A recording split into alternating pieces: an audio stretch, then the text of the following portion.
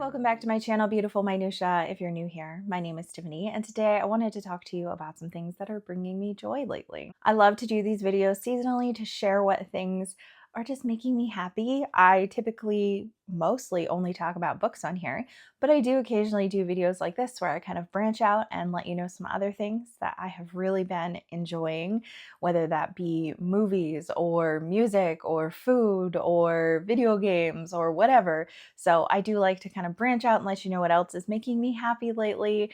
In addition, I do share books at the end of this video, so there are timestamps so you can kind of skip around if there are certain things that you are not interested in. So to start off, I'm just loving all the fall things, you know? So it's been a very busy season of life for me, which is indicated by the fact that I have gone down to once weekly videos instead of twice a week. I was hoping to do that only in September, but that then bled into October, and November is still a little bit busy. So there are some weeks that are 2 videos, some weeks that are 1, but I've been busy with lots of really great things. Since we've last chatted in one of these favorite videos, we have started 8th grade in our homeschool. And so that's keeping me busy because it is an increased workload and kind of helping my daughter get ready to transition into high school next year. We also started up our homeschool group again, which is always incredibly busy and it's a lot of fun, but it's very busy. So this year I am teaching a American literature class to the high school students for an ELA credit for high school transcript, which is a blast, but it's a lot of work because I do like create my own curriculum. I hobble together a bunch of stuff and do my own things. And so because I have to adapt it to, a once a week class as opposed to, like 5 days a week. So it does take some work on my end, but it's a lot of fun. I really, really enjoy it. Last year I did British literature, so American literature is a little different, and I do like British literature more, but I wanted them to have a little variety because some of the students I have this year are the same students I had last year. With our homeschool group, we also took a field trip to our local apple orchard, and that was so much fun. I love doing this. We did this in September, so that was really fun. And then like with our church, we took a trip to a local farm that has a pumpkin patch. So we've done like the fall activities of going and picking apples, going and picking out pumpkins, and doing all kinds of fun stuff with friends, and that has just been so lovely. We've also started up teen Bible quizzing in our church, which you might have heard me talk about a little bit. I know if you're on my Patreon, you have, because I've given some updates and some talking about that there on Zoom calls and some other things. So that's been really fun. It's very competitive, and it's my daughter's first year doing it as well as another girl in our church, and it has just been so much fun. I did teen Bible quizzing in our denomination when I was a teenager and loved it. It was like my favorite thing. And so it is such a blessing and a joy to be able to be back in that world, facilitating, helping our girls like succeed and get better and better and better, and watching them memorize God's word and hide it away in their hearts. We're doing 1st and 2nd Corinthians this year, and it's just been really, really awesome. My daughter has done phenomenally. She has like placed at every single quiz meet that we have gone to. There's like one a month. And she even qualified to go to like an all-stars tournament in St. Louis.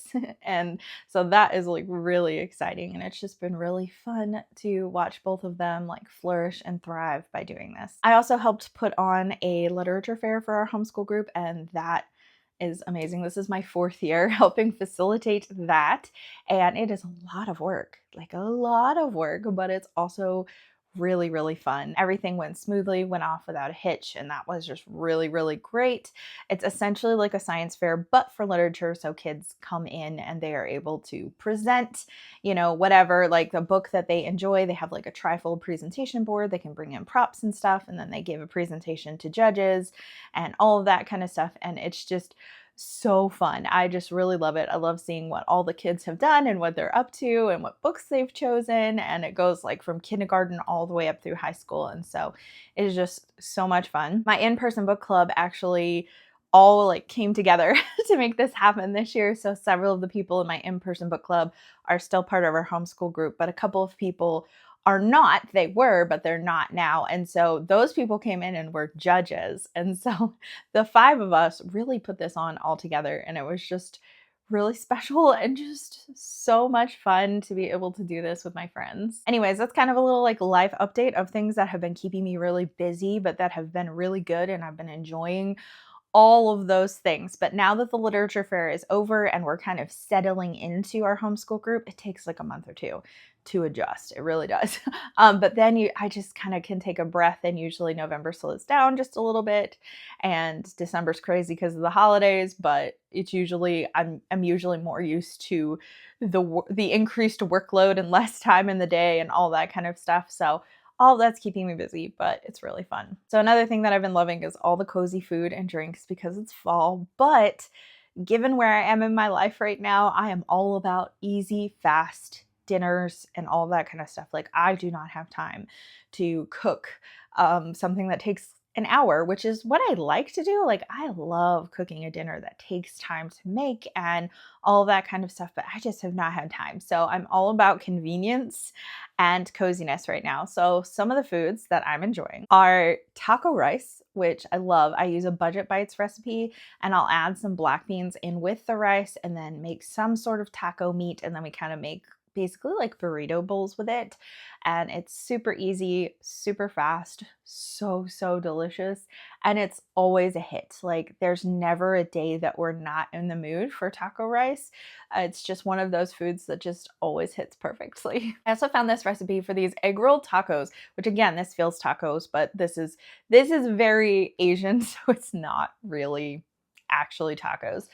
But you do use flour tortillas, so you mix together the meat with some seasonings and some green onions and stuff, and then you press it onto the tortilla, and then you like fry it like meat side down, and then you flip it so you can toast and crunch up the tortilla. And then you like flip it again if it needs to be cooked through more. It depends how thin your layer of meat is. And then you top it with cabbage and some gochujang sauce. And it is so delicious, so flavorful, doesn't take very long to come together, and we're just obsessed with it. I've been doing a lot of crock pot meals, especially on co-op days. I love being able to come home and there's just food, because my daughter and I are always starving when we come home, even if it's only like 3:30. So we usually get home in the 3:30 to 4 range. And if it's 3:30, like, we are both ready to eat at 3:30. And so it's nice to have something in the crock pot that's like already ready, and I don't even have to do anything. So 2 crock pot meals that I've really been enjoying is, first of all, crock pot tikka masala. This is another Budget Bites recipe. You'll notice that a lot of these recipes are either from Budget Bites or Pinch of Yum, because those are my 2 favorite food blogs.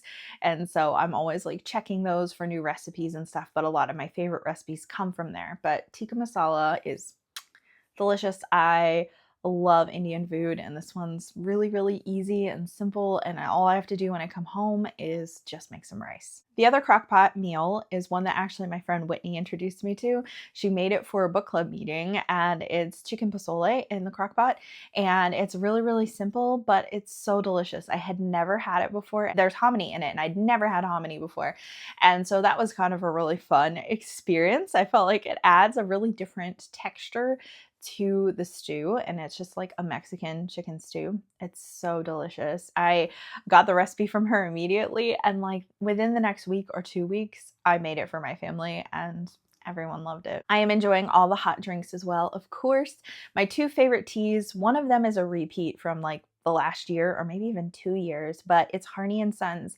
Hot Cinnamon Sunset Tea. It is the best black tea I have ever had in my whole life, because I like a warm, cozy tea, but I don't necessarily always love black tea unless it's chai, because like the spices and flavors in that kind of make it better for me, because I don't know, I just don't love, like, I'm not the kind of person that's just gonna drink like an Earl Grey or like something like that. I need something that has more flavor in it for tea. I don't feel that way about coffee. I can straight up drink black coffee and I love it, but I'm a little bit more picky about my tea. So this tea actually smells like red hot. It is like so amazing, so good, so delicious. It's like my all-time favorite tea, but my favorite time to drink it is definitely the fall. I was also introduced to Bengal spice tea, which is like, you can find this in any grocery store. You do not have to order this online or find it somewhere special like you might for Harney & Son. But Dia actually sent me a box of this summer, and I don't know why I didn't open it when I got it. Maybe because she sent me like some more summery teas and some like iced tea packets, so maybe that's why. But I just tried it like, I don't know, like a month and a half ago, because it was cold and it was fall, and I was like, oh my gosh, like this is so, so good. It definitely has some cinnamon elements, but it also has some vanilla elements to it. And it's one of those teas that feels like it's sweet all on its own. Like you don't have to add any honey or sugar, which I don't to my tea anyway. But some teas you feel like you need it. It doesn't really feel like it has its own like natural sweetness. And this one does. Like it is so good. And it is an herbal tea, so that means it's not caffeinated. So it's perfect to drink in the evening. Okay, let's move on to some entertainment. We'll start with music. Let's just be honest here. This is going to be like basically K-pop palooza, because my daughter and I have recently gotten into some groups that we weren't into before, but we've also had a lot of comebacks of groups that we just love. We've had some really amazing Stray Kids comebacks, which, well, just one, I guess. They've got another one coming out, which is probably almost out or out by the time this video goes up. We've also had a really good Baby Monster comeback, which is one of my daughter's favorite girl groups. We've had an amazing Kickflip comeback, which is one of my favorite groups, one of my daughter's as well. They're really fun. So if you are into K-pop, or even if you're not, I feel like they have this like punk rock vibe to them musically, which is just so much fun. I just love it. It feels very different than a lot of other groups, and they just feel like very like youthful and refreshing. And I think I love them so much because it reminds me so much of music that I used to listen to when I was a teenager. So the two new groups that we have gotten into, they're not new, they're new to us. And we had listened to them last year and even have some of their songs on our K-pop playlist, which at this point is probably well over 600 songs long. Like it is insane how long this playlist is.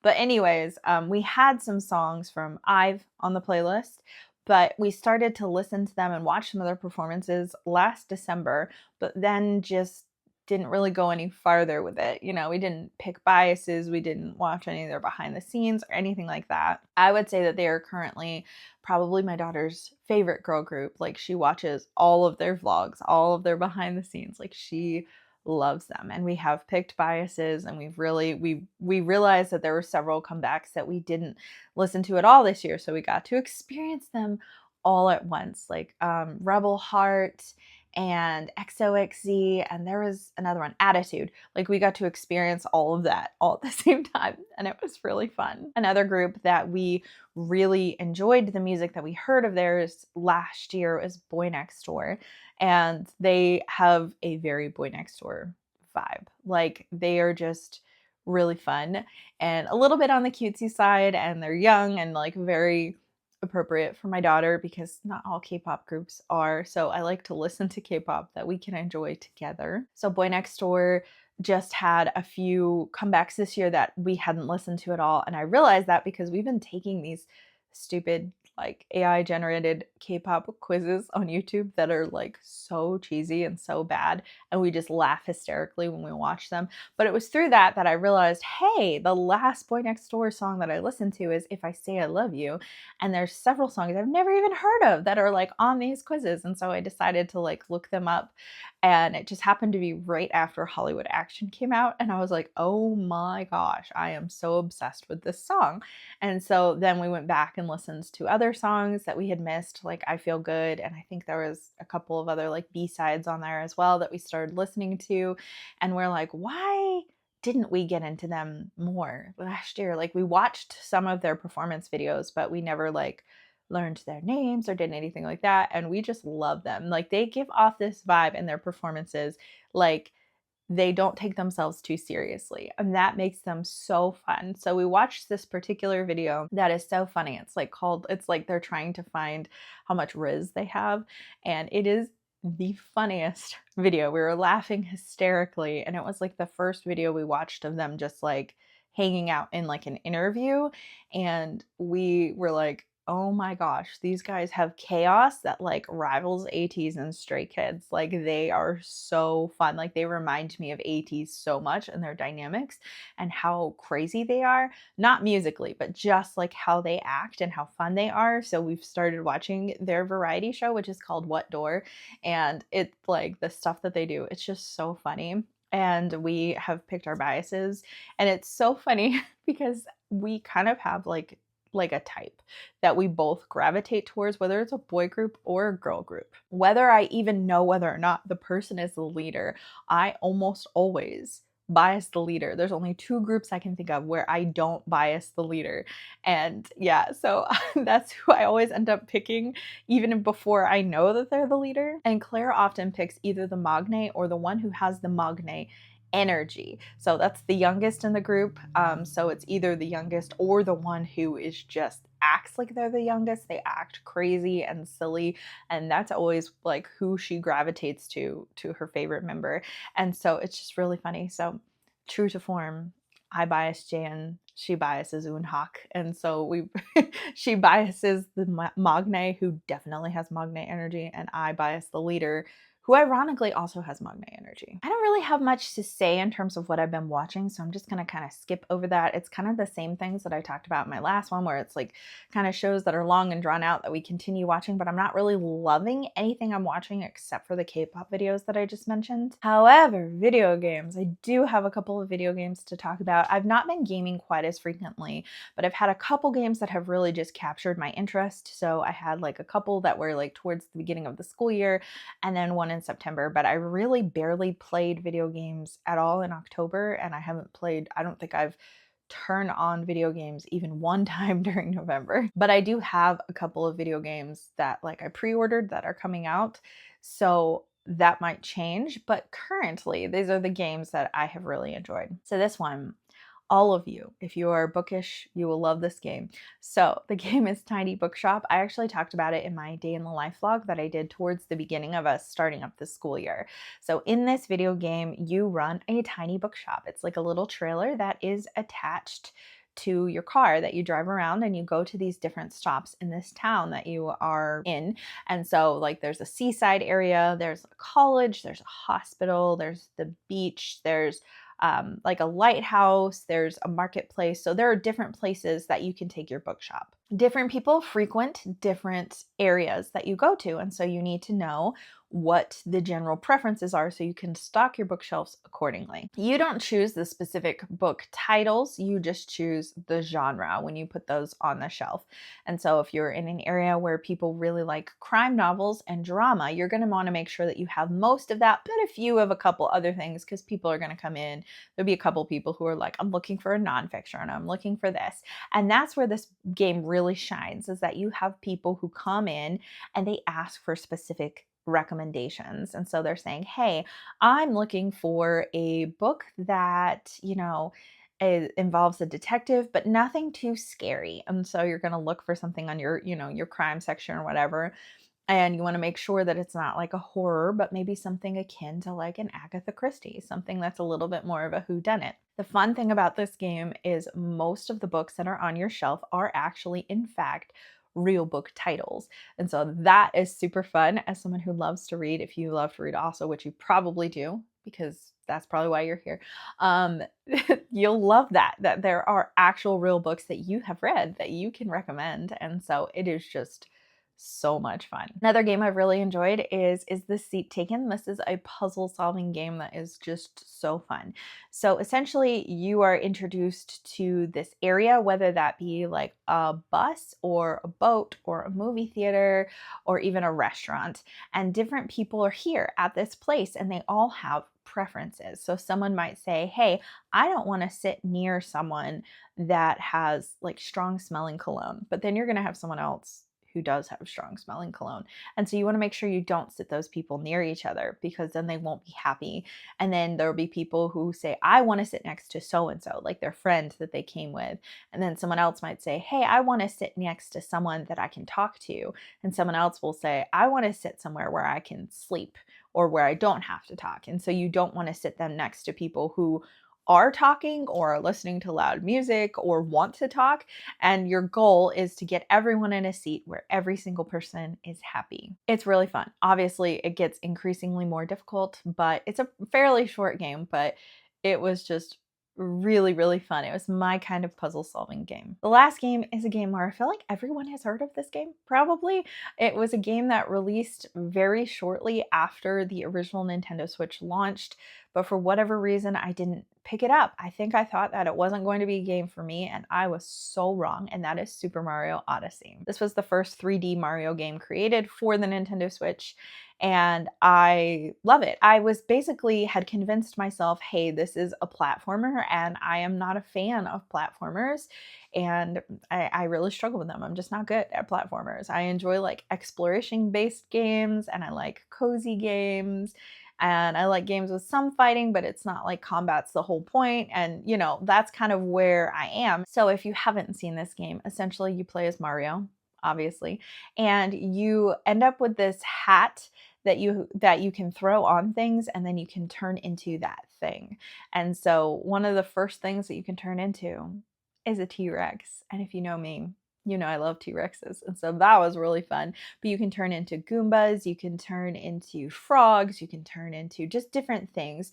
And each of those things have different abilities, which help you get to different areas in the game or figure things out. So there's a puzzle element, there are things that you need to collect. And so there is a huge like exploration element as well. And you have this like spaceship kind of thing. Essentially, it's not a spaceship, it's more like a hot air balloon, but you travel to different kingdoms, and each kingdom has like different things that you can become and different hurdles to overcome. So, you know, there's going to be, like you might imagine in any Mario game, there's going to be an ice kingdom and like a kingdom where there's lava and an underwater kingdom. And so all of those kinds of things. I found the game itself to not be overly challenging because they did create this game so that way, you know, kids could play it too. But there are things that you can do that make the game harder. You can look for more certain things. You can try to be a completionist. And then once you beat Bowser at the end, which is not a spoiler, I feel like Bowser's almost always the final boss. But anyways, once you beat him at the end, the post game is a lot more difficult than the actual game in terms of what you need to do. And so I feel like they made the actual like storyline of the game more simple and easier for kids to play. But then there's a huge post-game element that is a lot more difficult. So it does get more challenging as you continue throughout. But man, I just loved this game so much, and I was so surprised. I ended up being able to get it for free when I went to McKay's because I had an insane amount of store credit. And so I used some of my store credit to get Super Mario Odyssey. And so I ended up getting it entirely for free. I was like, I'll take a chance on it because everyone tells me it's so good, but I'm not sure. And I should have listened sooner. But if I had listened sooner, I wouldn't have been able to get it for free. So I'm not mad that I waited. Okay, let's talk about books. That's probably the main reason why you're here. So I've found that lately I have had less time to read, which I've talked about in quite a few of my wrap-ups and TBRs, that my days are just fuller. And so I just haven't had the same amount of time in the day to read that I normally do. But interestingly enough, what I've been enjoying reading the most is classics. I kind of went through a phase where I still have been reading at least, you know, 1 or 2 classics a month, but classics lately have not been hitting for me as much. I had been much more into fantasy and nonfiction, and like Japanese cozy literature had kind of been my mainstays over like the spring and summer. That had been what I was really enjoying reading. In the fall, we back to classics. So we loving classics again.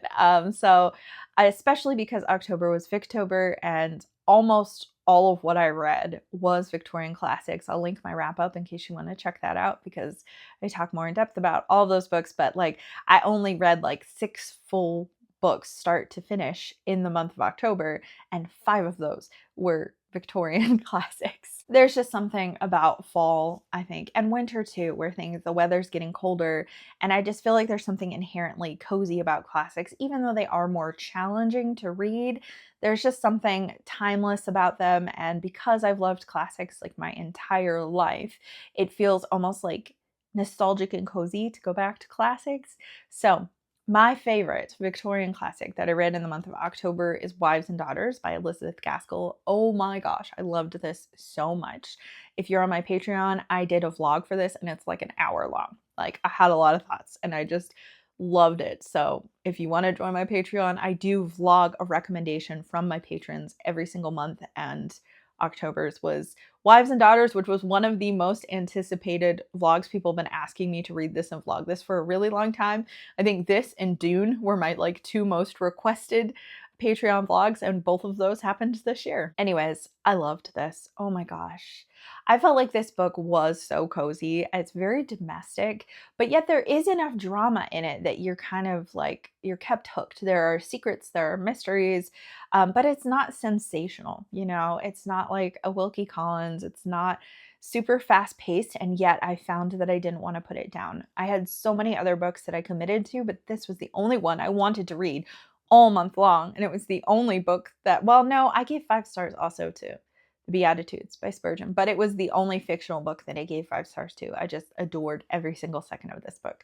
So this book is about Molly Gibson, who is the daughter of a doctor who is also a widower. So Molly's mother died when she was really, really young. And so it's just been her and her dad for a really long time. Things ensue to the point where Mr. Gibson, the doctor, realizes, hey, you know what? I feel like Molly needs a mother, because things are happening where there are boys that are interested in Molly, and he's like, this is not proper for me to be the only other person in the house with her. Like, she needs a mother to help her navigate all of this. So he decides to remarry. Granted, Molly is like 16 or 17 years old at this point. So, you know, it's not like she's a little child, but she has to navigate living with someone who views the world very differently than her, and just goes about life very differently. And this new stepmother also comes with a stepsister who is the same age as her. And so there's some really interesting dynamics of relationship. I love Molly as a character. Like, she is now one of my favorite literary characters of all time. I love her so much. I love the love story in this, and I am not a romance girly ever. So if I love the romance in a book, like, that is really saying something. And so I loved everything about this book. I love the small town dynamics where they live, and so much of it still feels true to how small town dynamics are today. There's just so much to love about this book. I have really wanted to love Gaskell for a long time, and I haven't. I've read 2 of her other books and I liked them, but I didn't love them. And this one I loved. So I feel really happy that I finally found a Gaskell that is 1000% for me. The other classic that I've read in recent days, I actually read this in September, but it is a top book of the year, Fahrenheit 451. I've talked about this book at length, I feel like. I loved it so much because it was a 5-star prediction that I made, and it actually reached that hype, which is amazing because my 5-star predictions this year have not been fabulous.